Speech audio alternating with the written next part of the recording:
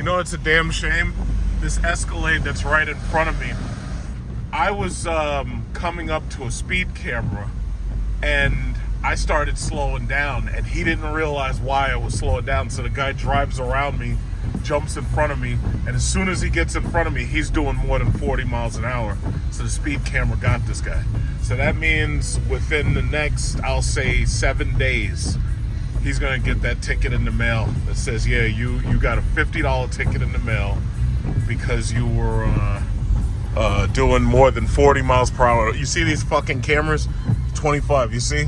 I slowed down for those fucking pieces of shit cameras. But the thing about it is, when you slow down, if the other person doesn't understand why you're slowing down, what they'll do is they'll shoot around you.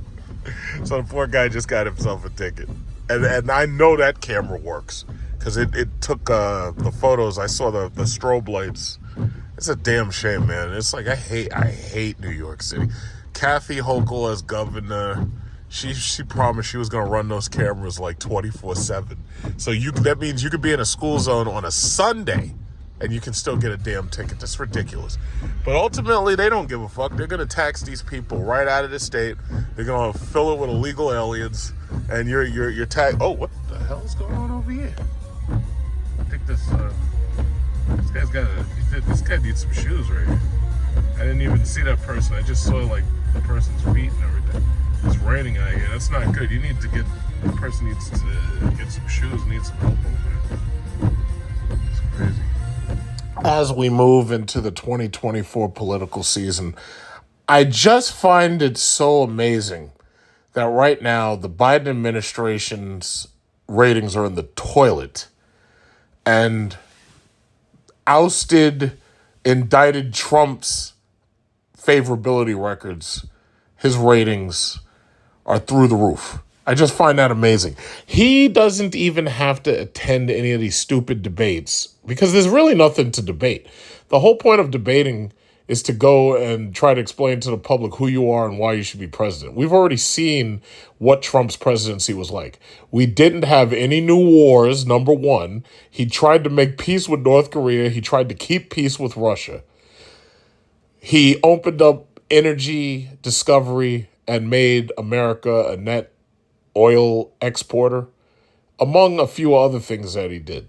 Now, yeah, he did some things that weren't so great. For one thing that nobody will talk about, even his supporters here on Long Island, in New York City, by getting rid of mortgage tax deductions above $10,000, he really fucked a lot of these people.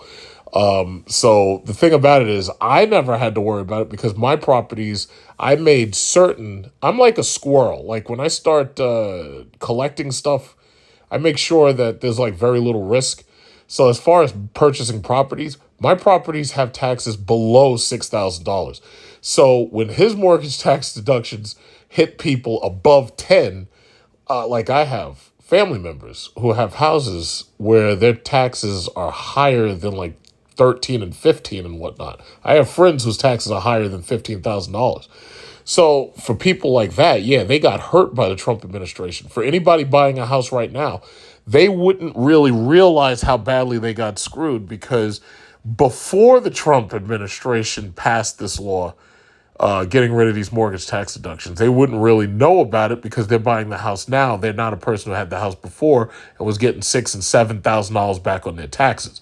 Tax season is a really, really, really big thing here in New York. It's like when you do your taxes and you're looking to get that property tax back, like even right now. Last year, I got 2 property tax checks back to back for my houses. This year, the check that I would have gotten like I did last year in the summer, we didn't get, but I'm expecting one in the mail for each one of these properties within the next 2 months. Usually, it's like I'll pull in and look at my mailbox. Usually, it'll be October or November. But last year, I got one in the summer and I got one in October, like the end of October going into November. And they came during that time. And they gave it to you for both properties that you own. They didn't lump it together. They gave it to you for whatever properties you owned if they were separate. So the bottom line is, while I can be upset with Trump for getting rid of the mortgage tax deduction, and I understand why some people would be upset with him for that. The reality is he didn't do anything as bad as the Biden presidency. The Biden presidency, gas right now is still $4.25. We are in fall right now, going into winter, and gas is still at summer prices from 2 years ago. It's ridiculous. When Russia first invaded Ukraine, I never expected that all of my oil stocks would blow up the way they did. But once I saw them do that, I was like, oh shit, we're in for a problem now. And then it became apparent to me that what the government was doing was they were using tax subsidies to force us into electric cars because they were going to keep the gas prices so high, or they were at least going to allow them to remain so high, that barring the election and Biden trying to use the strategic oil reserve in order to bring gas prices down just for that, so that people wouldn't blame the Democrats when they went to the polls angry, I realized that ultimately this whole movement to get us out of fossil fuels, I realized they were not going to stop doing that. And it needs to be said, Russia was shipping hundreds of thousands of barrels of oil into America. Cheap Russian oil, gas, whatever it was, coal, all fossil fuels. They were shipping that stuff into America right before Russia versus Ukraine happened. As soon as Russia versus Ukraine started, we put sanctions on Russia and we flubbed all that oil. And if you remember, Germany, all of those European states, they were starting to have problems with their energy simply because they were getting a lot of their energy from Russia. So now Russia has to basically trade with China and Southeast Asia, but they have more than enough people to trade with. Now, they're not going to sell as much to Africa because Africa has its own reserves. But for the most part, they've got Southeast Asia, Japan, and China. Now, Japan is an ally of America, so we can try to force Japan not to buy from them. But China and India are still going to buy from them. So they're not going to suffer as badly as we expected. So when it comes to playing chess, we suck at it. The reality is there's a couple of ways to beat somebody when you're playing chess, and I understand this very well. You can either checkmate them outright, you can accidentally get a stalemate, you can get a draw. Neither of those, stalemate, draw, you don't win those. But the other way to win is you can run the guy's clock out. If you make just enough good moves to not get yourself checkmated, not lose all your pieces, you can run the other guy's clock out. That's what Vladimir Putin was doing from day one. There's no reason this conflict should have lasted this long. We're going closer to 600 days at this point. What he's doing is he's running out the opposition's clock. Poland has said that they don't want to give Ukraine any more weapons. Zelensky comes over here looking for more money, and he's meeting with these Republicans who are saying, "Nah, we don't want to give you any more money." So basically, once that money stops flowing and the weapons stop flowing, Ukraine is done. Many people are just going to have to accept the fact that Eastern Ukraine is lost. The neocons should have never started this conflict. And the more and more I watch of the international news that they don't talk about here, Russia and China were their two big targets. And they did this on purpose. And now they're seeing that it backfired because now BRICS nations are getting stronger. They see that even though China's economy has been knocked down a couple of pegs, simple fact is China basically controls Southeast Asia. And between China and Russia, they're going to make sure that they form tighter ties with Africa. The Africans want to form tighter ties with them because they know that they're going to get better infrastructure out of it. The next thing you'll see is them forming tighter ties with South America. But that's further down the road. So now what you've got to accept is you got this Janet Yellen. Says a natural desire to diversify. Janet Yellen says Americans should anticipate a decline in the U.S. dollar as the world's reserve currency. What you need to know and how to prepare. Now, first of all, we already saw this coming because of BRICS. BRICS stands for Brazil, Russia, India, China. But I would say not only is South Africa there, I would say that they need to make the word bigger because more and more people are signing on. You see, America has bullied and made enemies out of just about everybody, and now everybody is trying to line up to be America's next big enemy. And they're not going to be enemies as far as weaponry and stuff. No, they're going to be economic competitors. And they're reaching the point where they're understanding that they have a lot of power as economic competitors, especially if they work around the US dollar and they don't use the US dollar. So America, they don't have to worry about these people freezing their assets and hiding their money and stopping the flow of their money and messing with their credit. These people are starting to understand that now, and I'm pretty sure they understand it. But these people are starting to do it. And that's the reason why you got Janet Yellen say, oh, yeah, well, you're just going to have to accept the fact the world's reserve currency is going down. Now, I personally believe that, especially as a person who travels, a passport bro, I personally believe that the U.S. reserve currency is going to be around long enough for me up until about the time I retire. I think we have at least 10 years before we really start seeing the negative effects of our own debt, which has recently crossed, I believe we're at like 33 trillion, if I'm not mistaken. But, or we're close to it. We're somewhere right around there. It says the U.S. dollar saw an 8% decline in its share of global reserves in 2022, causing some to question whether the dollar's days of dominance are over. Treasury Secretary Yellen gave her 2 cents on the matter during a congressional hearing in June, stating that no currency currently exists that could displace the greenback. And for that, she's probably true that there is no currency that can completely displace the greenback right now. But is there one coming? Oh, yeah, most likely. It says U.S. sanctions and foreign policy plays have inspired a backlash from China, Russia, and other prominent countries who may be keen to dethrone the dollar. Yellen remains adamant that it will not be easy for any country to devise a way to get around the dollar. She did, however, warn that the dollar's share of global reserves may continue to decline as countries look to diversify. Here's why the topic of de-dollarization is front and center these days, and what you can do if you're worried about the strength of the U.S. dollar. Impact of U.S. sanctions. The dollar's dominance in global trade and capital flow dates back at least 80 years, not just because the U.S. is the world's largest economy, but also because oil and other essential commodities are priced in the greenback.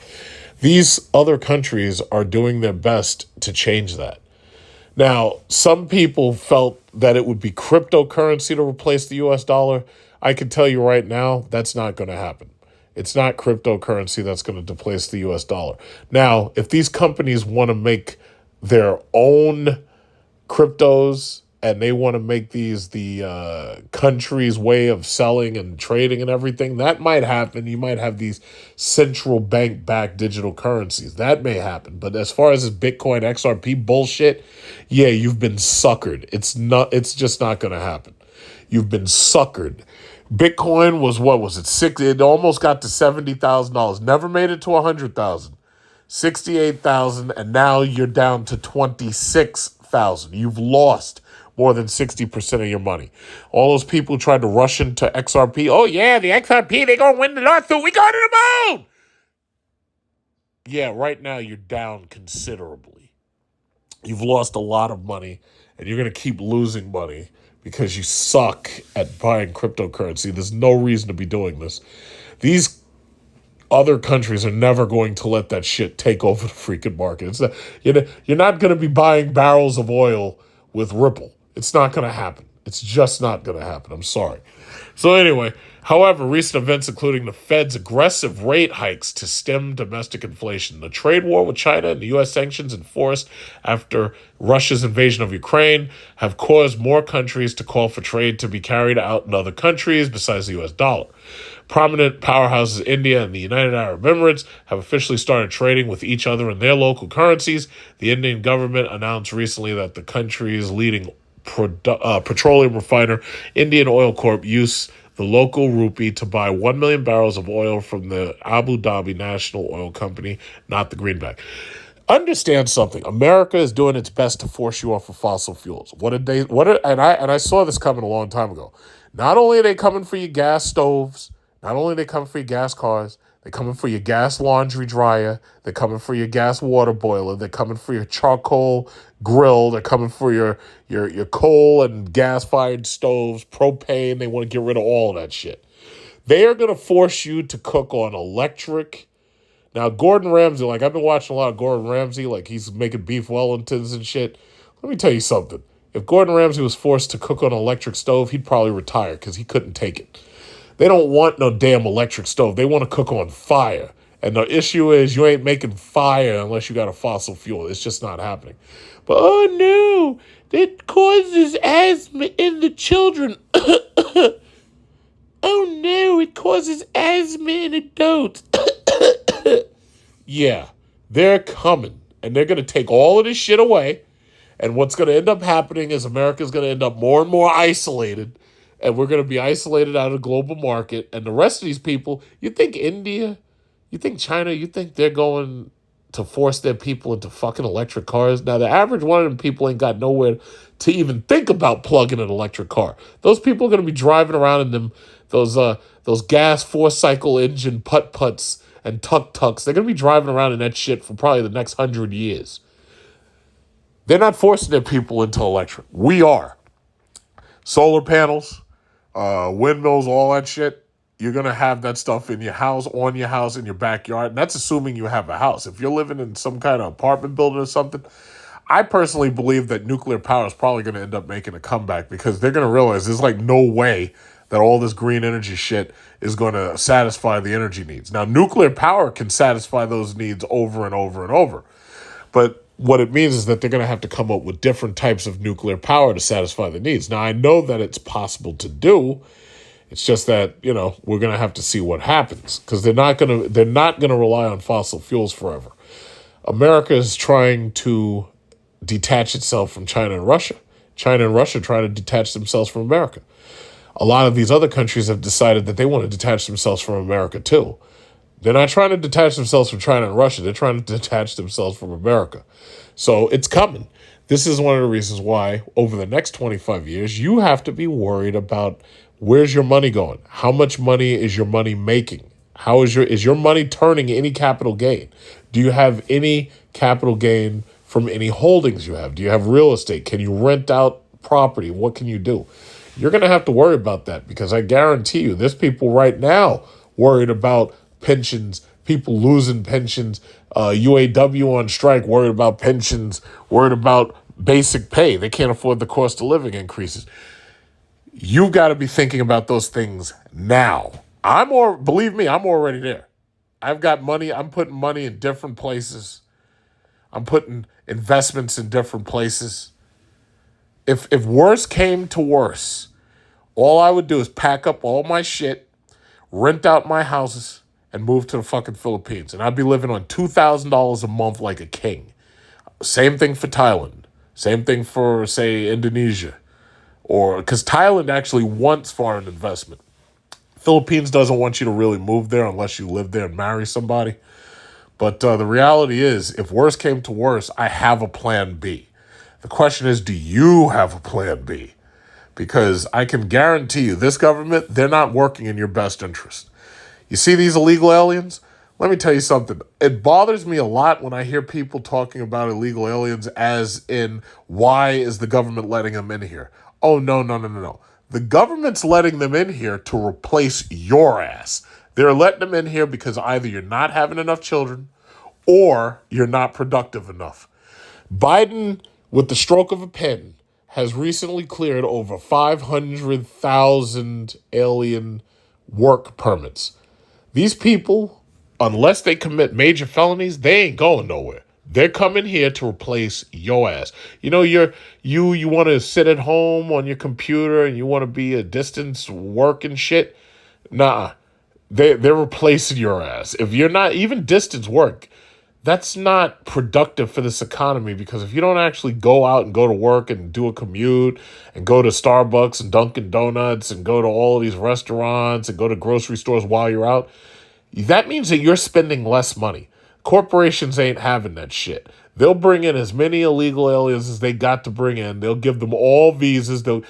And here's the thing. This is the sad thing about it because people just don't see the forest for the trees. These people aren't illegal aliens anymore. These people are legalized aliens. If the government lets these people come in, pays their way, puts them in hotels, puts them in the basement of your kid's school, puts them in the auditorium of your kid's school, puts them in empty apartment buildings or whatever it is, they're no longer illegal aliens. These people are legalized citizens. If Biden signs up work visas and signs up citizenships, I had a girlfriend who was Algerian, and I took her to the naturalization ceremony when she was getting sworn in. And we have it right out here in Long Island. It's one of these federal buildings. These people are no longer illegal aliens. These people are being sworn in. That's what it is. You're being replaced. Some people call that shit replacement theory. I call it replacement fact. No, you're being replaced. If you're not productive, the health of the state is live birth. The government is replacing you. Period. So that's just what it is. I'm sorry. Now you could try to argue, oh, that's not happening. Okay, fine. Well, you keep thinking that. But no, it's happening. It really is happening. The decline of the US dollar is inevitable at this point. It's not going to be replaced with cryptocurrencies unless they're central bank backed digital currencies. They're not going to replace with freaking Litecoin. You're not going to be paying for Litecoin to buy a barrel of oil. It's not going to happen. You're not going to be paying Ripples to buy jet fighter parts from other countries. It's not going to happen. No. They'll have central bank digital currencies in order to facilitate the transfer of money back and forth, but that'll be about it. Digital currency we already have. We got credit cards. That's digital currency, you idiots. That's not going nowhere. I've told you before, invest in Visa, MasterCard, and American Express. Visa, MasterCard, American Express. I've made a lot of money on MasterCard. The values just keep on going up. People keep using their credit cards. People always applying for credit cards. They always use them. People are using credit cards to buy bread and milk right now because they can't afford bread and milk. They're paying 30% interest on bread and milk. Now, you know me. I have the 850 credit score. I don't pay interest. I pay off my bill every other night. But there's people out there who are running revolving balances just shopping for groceries at the dollar store. So no, we already have digital currency. We already got it. It's called a credit card. It's called Apple Pay. It's called Google Samsung Pay or whatever the hell it is.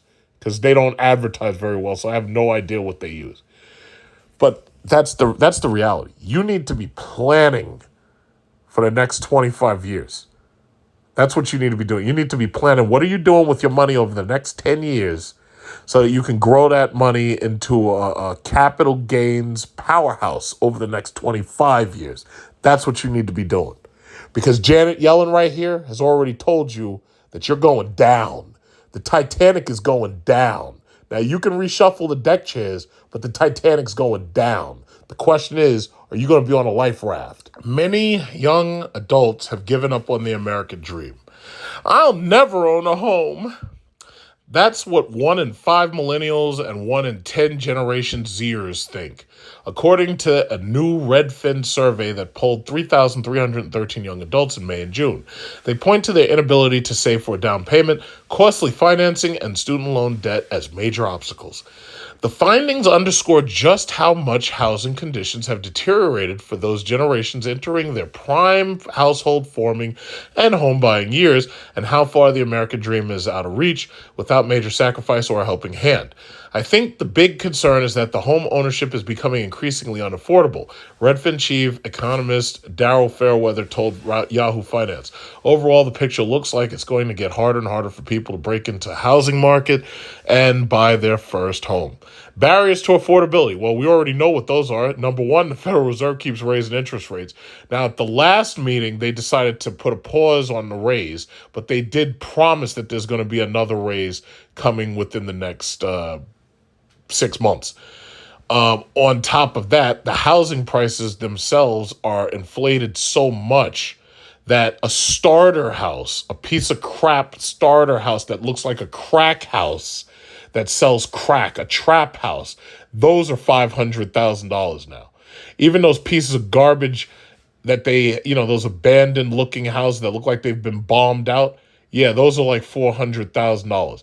You can't think of it as buying a house. You have to think of it as you're buying the land and you're getting the house for free.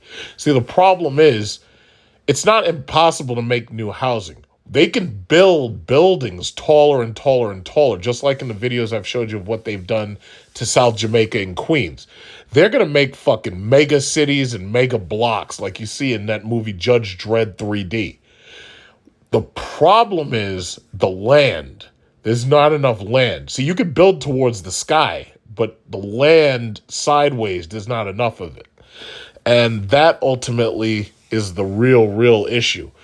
When you have a house, you've got land because that house is sitting on land. If you wanted, you could tear the whole house down and rebuild a new house and build it however you want, as long as it fits within that land and it's built to code. Land owning is what this comes down to. The forefathers who made the Constitution, these were landowners.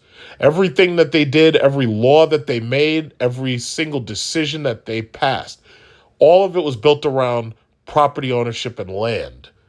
If you don't own land, then you really don't own anything, because even you own property, that shit is, it's going to depreciate eventually. It's going to be nothing. But land is how you pass down intergenerational wealth. Like, I'm looking right now at my ceiling fan.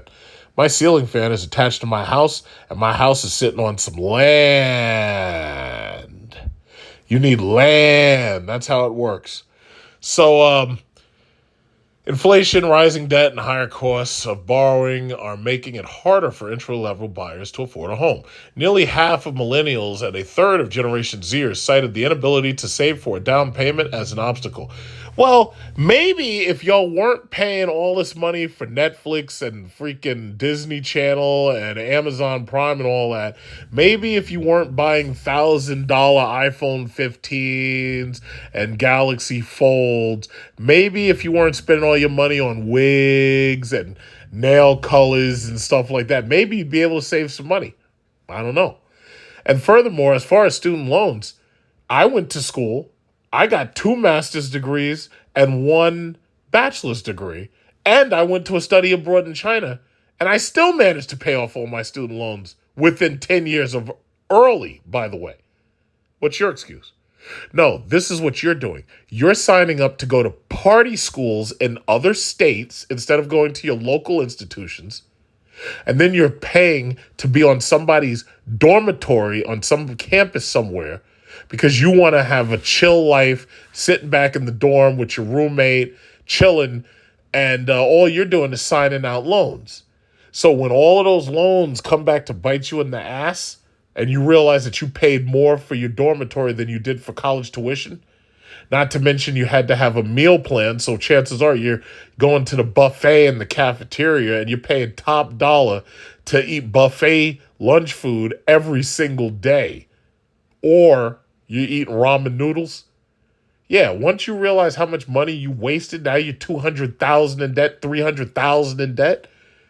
That's when it bites you in the ass. And Biden can't save you. Biden's so busy giving your money away to Zelensky over in Ukraine. He's so busy giving your money away, he ain't got time to cancel your student loans. The only student loans they're canceling are the ones for people who went to some of these schools where they absolutely got defrauded. And even then, I would argue that the government of the United States is the reason why you got defrauded, because they allowed a school like that to exist in the first place and then backed those student loans. So no, you got what you voted for. You're just going to have to deal with it. Sorry. So anyway, what's next? The average payment took up 36.5% of the median household income in July, a record high and up from 24.3% in 2021. According to the Black Knight, who's that? Isn't that Martin Lawrence? A mortgage technology and data provider, home affordability in July was at its worst level since 1984. The firm found that, and that's for mortgage rates top 7%. The problem isn't the high mortgage rates. The problem is the high home values and the high mortgage rates. You see, normally when mortgage rates go up, the home values go down because you have lower demand and you have more supply. But our problem is that the home values went up. All the properties got purchased up. Property development went down because they didn't want to build any more single-family houses because they're less profitable than building multi-family dwellings. And your insurance rate and your interest rate and all of the fees to buy into your house, your oil bill, your electric bill, everything went up. Cost of living has skyrocketed. And I'll also add one more thing. The 30-year fixed mortgage is based on the belief that you're going to marry in your 20s and that you're going to stay married until you're in your 50s. And then you're going to retire into your 60s with your Social Security and your pension and whatnot. And then what you would do is you take your house, sell it, and move into something smaller in order to cut your expenses. The way it works here in New York, these people basically do that. Like imagine you have a young married couple. Let's say you have a woman who's a teacher and let's say her husband's a lawyer, right? The woman typically would put the majority of her money in her tax deferred annuity. Then they'd stay married. And by the time they're retiring, they're coming out of there with a $1 or $2 million worth of pension because she's been putting away the majority of her money, and she's been doing that for like the 30 years of work. By doing that, it ensures that you are able to pay for your family, you're able to live, you're able to build up equity, you're able to pay off your house, you're able to retire, and then you're able to use that equity to move someplace else. That's not what's happening now. What's happening now is more and more of these women are competing with the men. They're staying in college until they're old. They get out of college. Now they're old. Now they're deep in student loan debt. And they want a man to take care of them. And they want a man to pay their student loan debt, right? But that's not how it works. Older men are looking for younger women. Hulk Hogan, for example, this guy is like 70-something. He is planning to get married to his 45-year-old yoga teacher. Older men want younger women. That's just what it is. Now, there's some women who be trying to shame you and shit. You have to ignore all that bullshit because anything they say is cap. Ignore it. The reality is you want what you want, you get what you want, but you have to work for it. You have to prepare for it. You have to plan for it. But you're supposed to take care of me. You're supposed to be protected. It's like, no. That's not how it works. That's not how it works. So the reality is when you've got these women staying in these schools longer and longer, delaying childbirth. Look at young Jeezy. Look at Jeannie Mai. She was married, 10 years, wouldn't give that man a kid, right?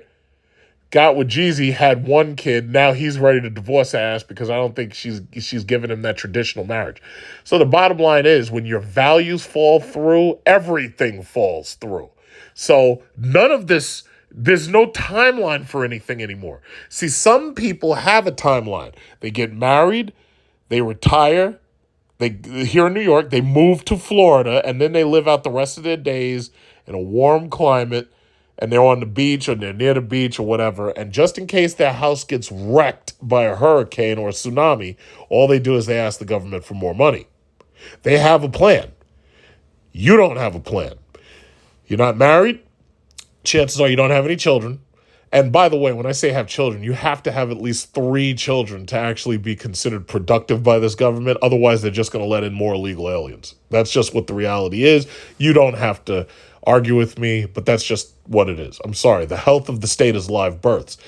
As far as they're concerned, you're not productive. That's what it comes down to. It's like the job that you're doing, the degree that you have, unless you're in like STEM, unless you're in science, technology, engineering, math, or medicine, as far as they're concerned, you're not productive. If you're not having at least 3 children, as far as they're concerned, you're not productive. If you're not able to do vocational skills, never mind the fact that they didn't train you to do them, you're not productive. And that's just what it is. Sorry. So millennials are having so much problem because they don't earn enough in many cases to pay these tremendously inflated bills. But millennials aren't the real big problem. The real big problem is who comes after the millennials. Generation Z, number 1, and then Generation Alpha after Generation Z. Generation Z is right now getting ready or already going to college. They are raising up these bills even higher. They are less productive than millennials are. And that's just the ball game. There's nothing you can do about it because you've allowed yourselves to go so long without a plan that at this point you're just a sinking ship. You're the Titanic. I feel bad for Generation Alpha. Generation Alpha is going to be even worse. They used to call portions of the millennials, they used to call you the ninja generation, no income, no jobs, no assets. Generation Z is going to clock in even worse than the ninja generation.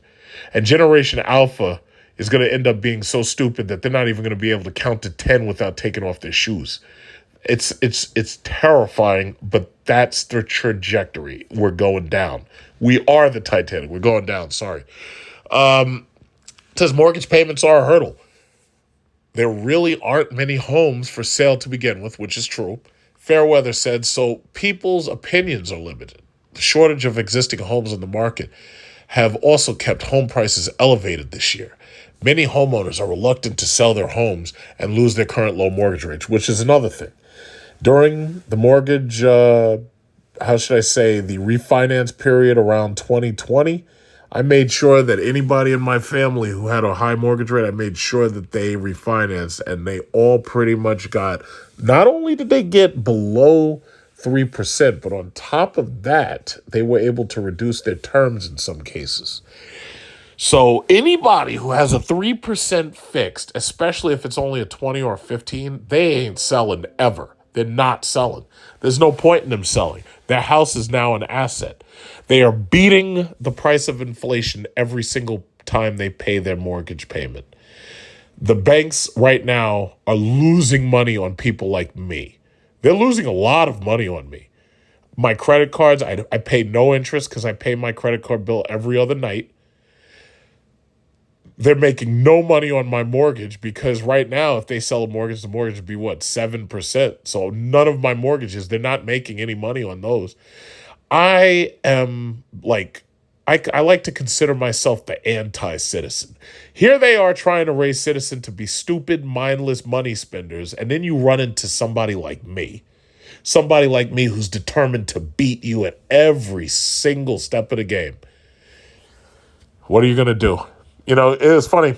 I took, and you saw the video, I took a friend's elderly father, and he wanted to buy a new car. And his credit score, because of the fact that he was so old, he doesn't use credit, so he uses cash. His credit score went through the floor, like it took a dump. And the thing about it is, what he had was cash. And he was like, yeah, I'm going to put down a check. And I have a blank check. I can write a $10,000 check right now. Now, these clowns at these dealerships hate people like me who's sitting there with a fucking mortgage calculator. I've shared that mortgage calculator with you, loan you later. I've shared it with you. You've got somebody like me sitting right in front of you, looking at everything you're doing, watching everything you're doing, listening to everything you're saying, and then I'm here typing on my mortgage calculator. It's like, wait a minute. I don't think this number right here makes sense.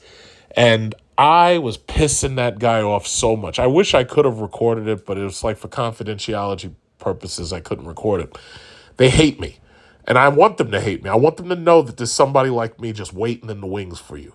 But they were trying to tell her, oh, yeah, you need a co-signer and this, that, and other. That guy, I told him, I was like, listen, it's like, you don't want to have a co-signer because that might mess your daughter up when she wants to get her new lease or whatever it is.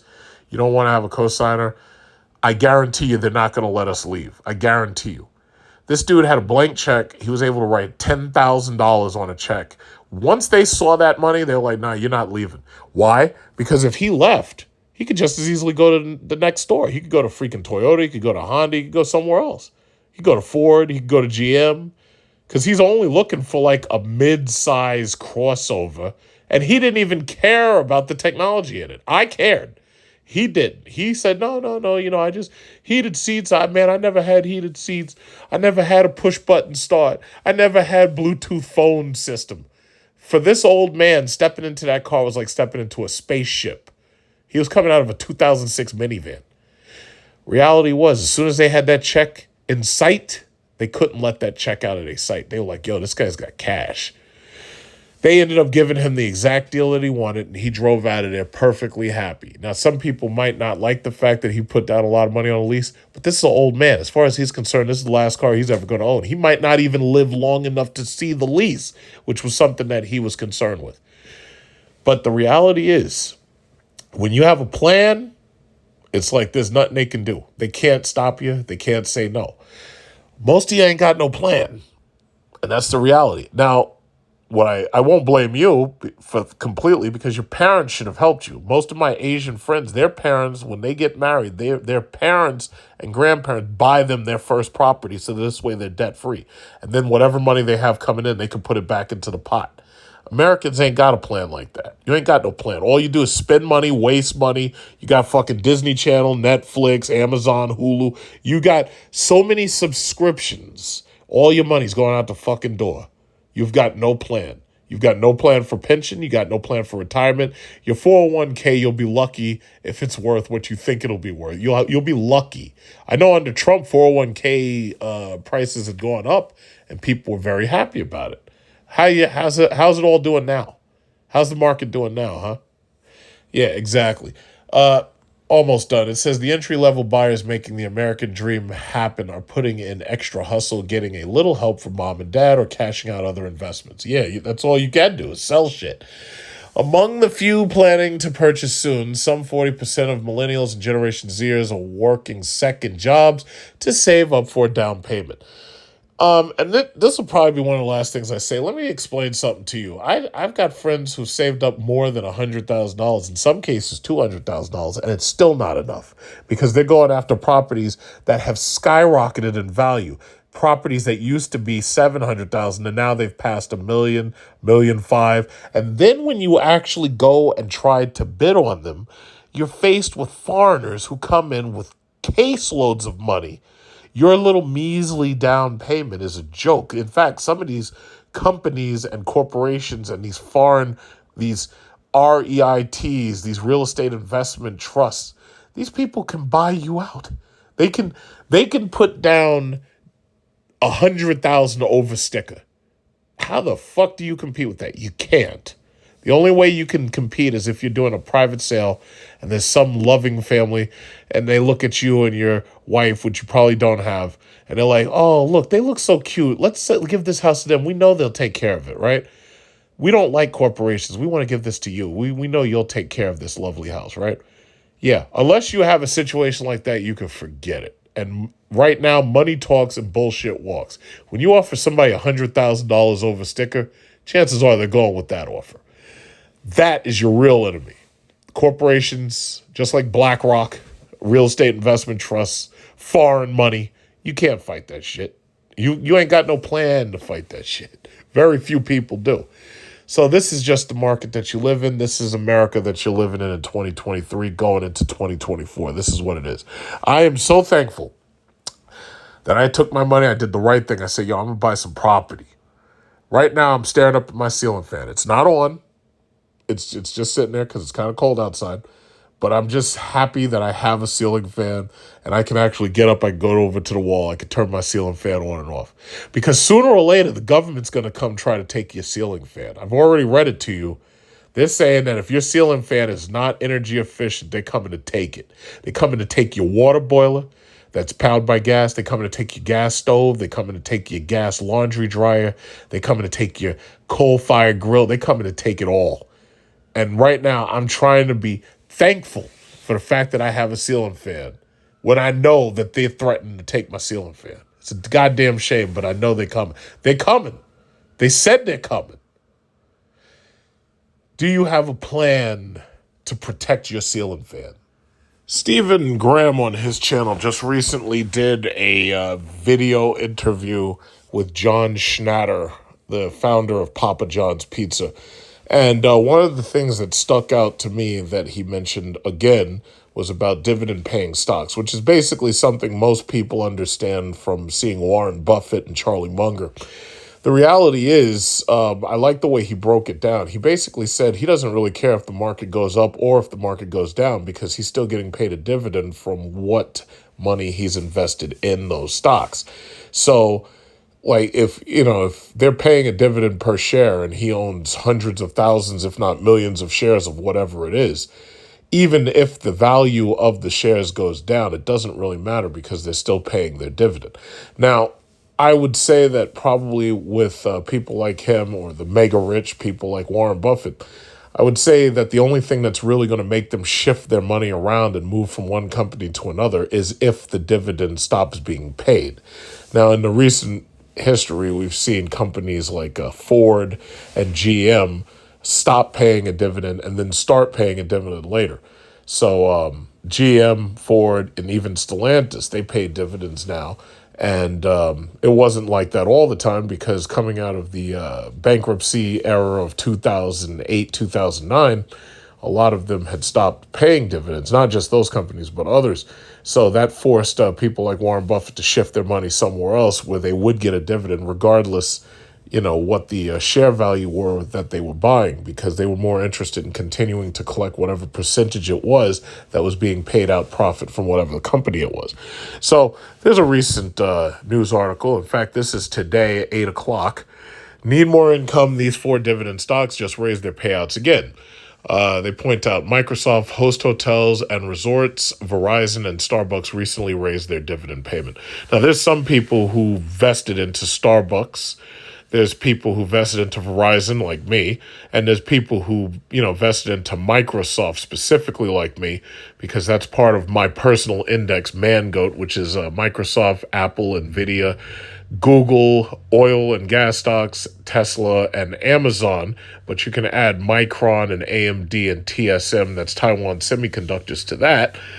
So by having my own personal index, which basically consists of trillion-dollar companies, it's really hard to go wrong. Apple has proven this weekend alone that despite all the naysayers, despite all the people accusing them of not innovating and selling you old Android and Galaxy tech, simple fact is, the facts are the facts. Apple owns 55% of the U.S. smartphone market. Apple owns an even larger percentage of the U.S. tablet market when it comes to, iPads versus, say, Galaxy tablets or whatever the hell they sell. I honestly don't know, because they don't advertise very well, so I really don't know what they sell. But the bottom line is, in this country, if you're buying a tablet, you're buying most likely an iPad. Now, if you're buying a cheap tablet, yeah, you're buying like some Android something that nobody really cares about, but most likely you're buying an iPad, right? If you're buying a smartphone right now, chances are you're buying an iPhone. And iPhone is always anxious to list those conquest sales numbers every single season. I think it's like the first or the second quarter that they list those.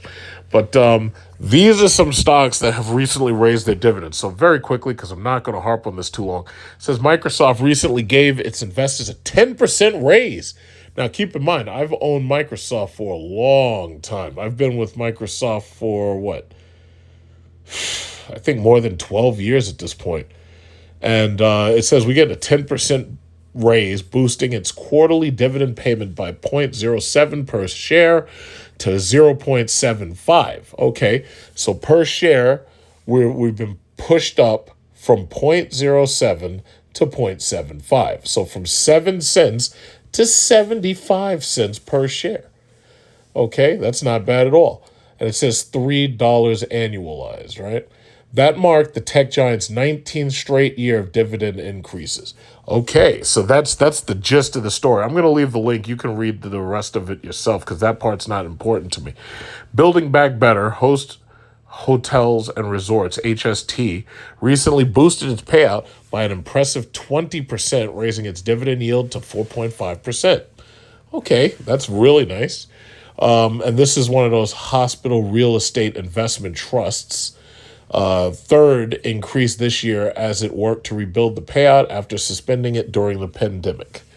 During the pandemic, a lot of companies were not profitable. So you had 2 choices. Either you could think that the dividend's not coming back and you could take your money out and pull it out and run, or you could keep your money in there, or when the, prices of the shares dropped, you buy more, knowing that trouble ain't gonna last always, and eventually the market comes back, right?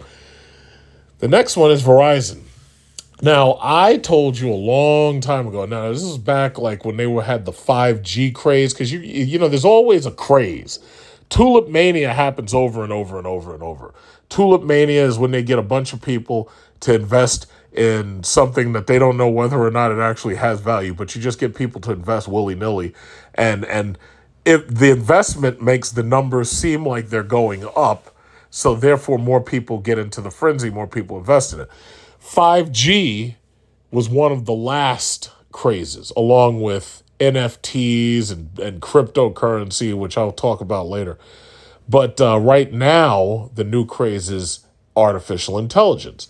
Now, I'm not worried about artificial intelligence because that's being proliferated anyway, simply because of video gaming GPUs being created by NVIDIA, Taiwan Semiconductors, and AMD, for example. So that's going to be here no matter what. Artificial intelligence, they're trying to figure out all types of things right now. Amazon is using artificial intelligence to help sort boxes and sort materials and to help with logistics. Google's doing the same thing. Now you got Facebook, Meta, Zuckerberg, they're trying to use artificial intelligence to cure diseases, they claim, and everybody's using it for something. And then you've got, the smartphone companies using artificial intelligence to put more photoshopping abilities on their phones, like with Apple. Apple's deep learning allows you to copy paste images right out of a photo and everything just by touching and holding on it. So everybody's using it for something different. So artificial intelligence isn't just one thing. But I'm not worried because the money is there, the investment's there, the craze is there. So to me, that's not tulip mania.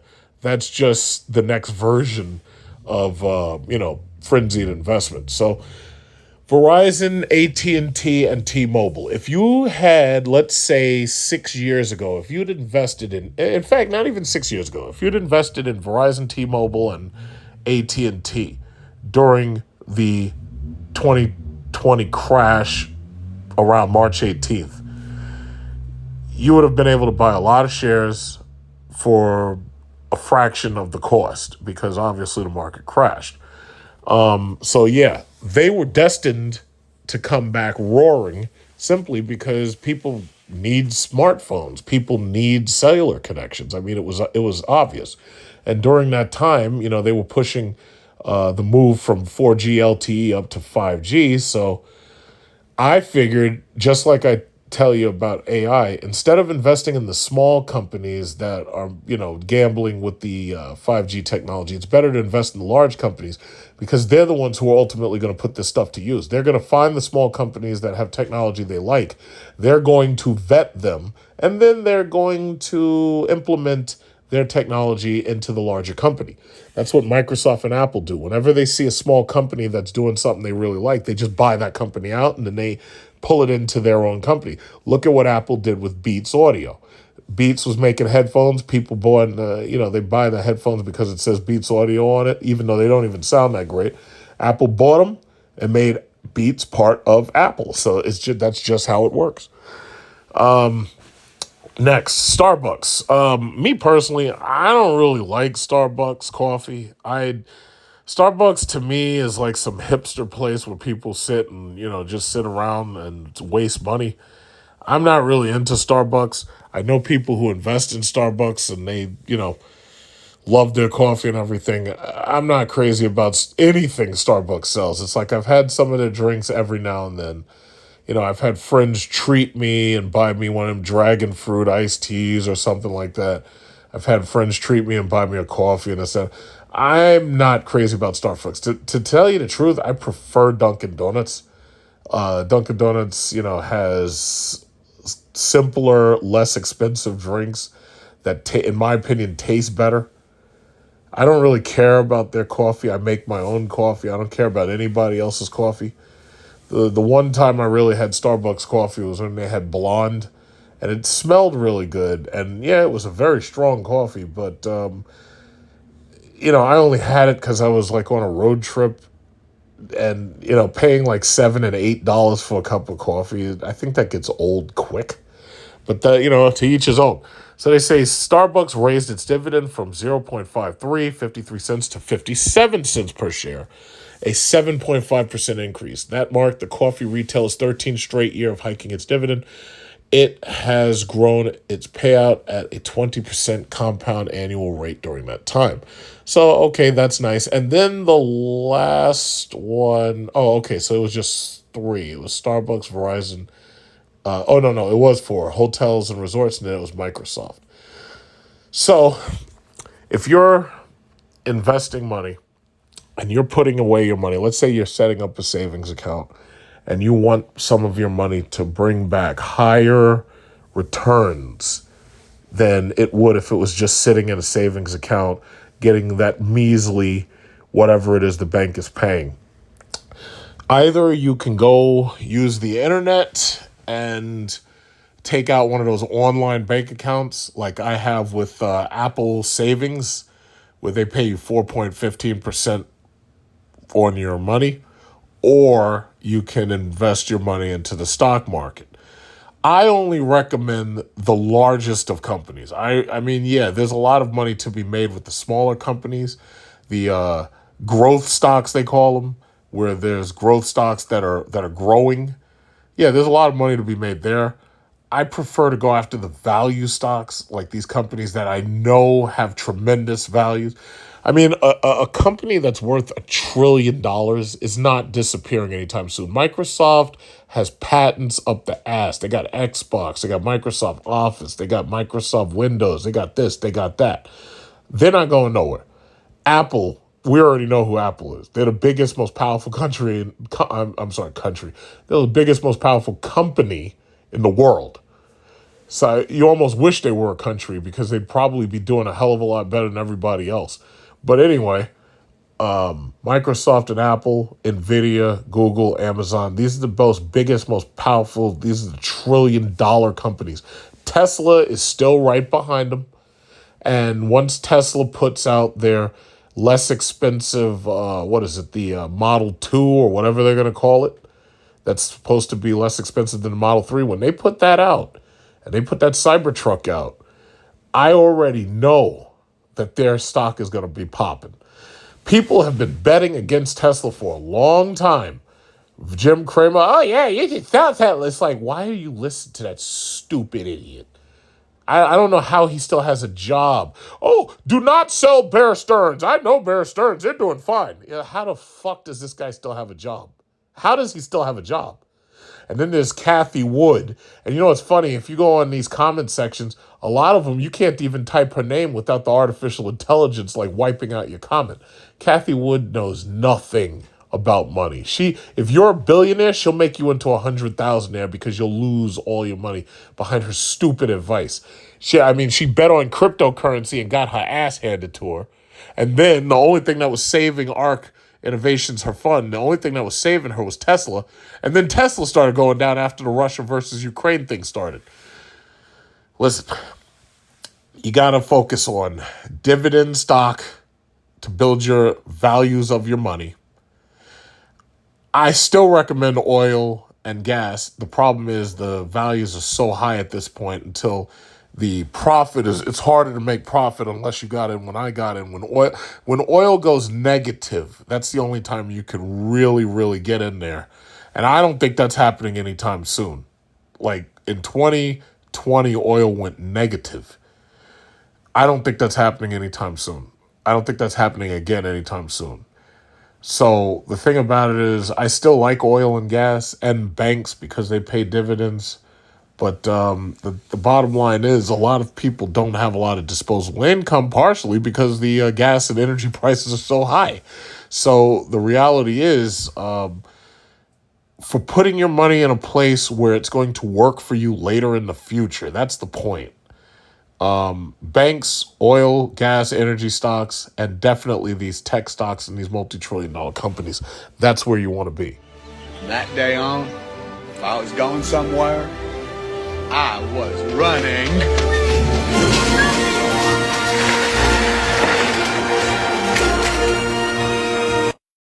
To be continued.